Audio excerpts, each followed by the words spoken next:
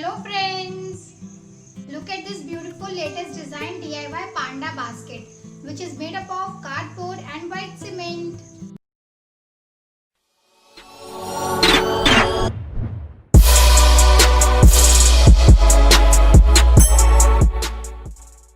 Here I am Rupali and welcome back to my channel. In this video I am going to show you all how to make this beautiful home decor which can also be used as a storage basket.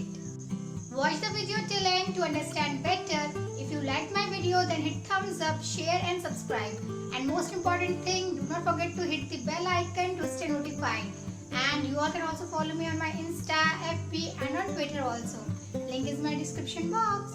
So let's get started.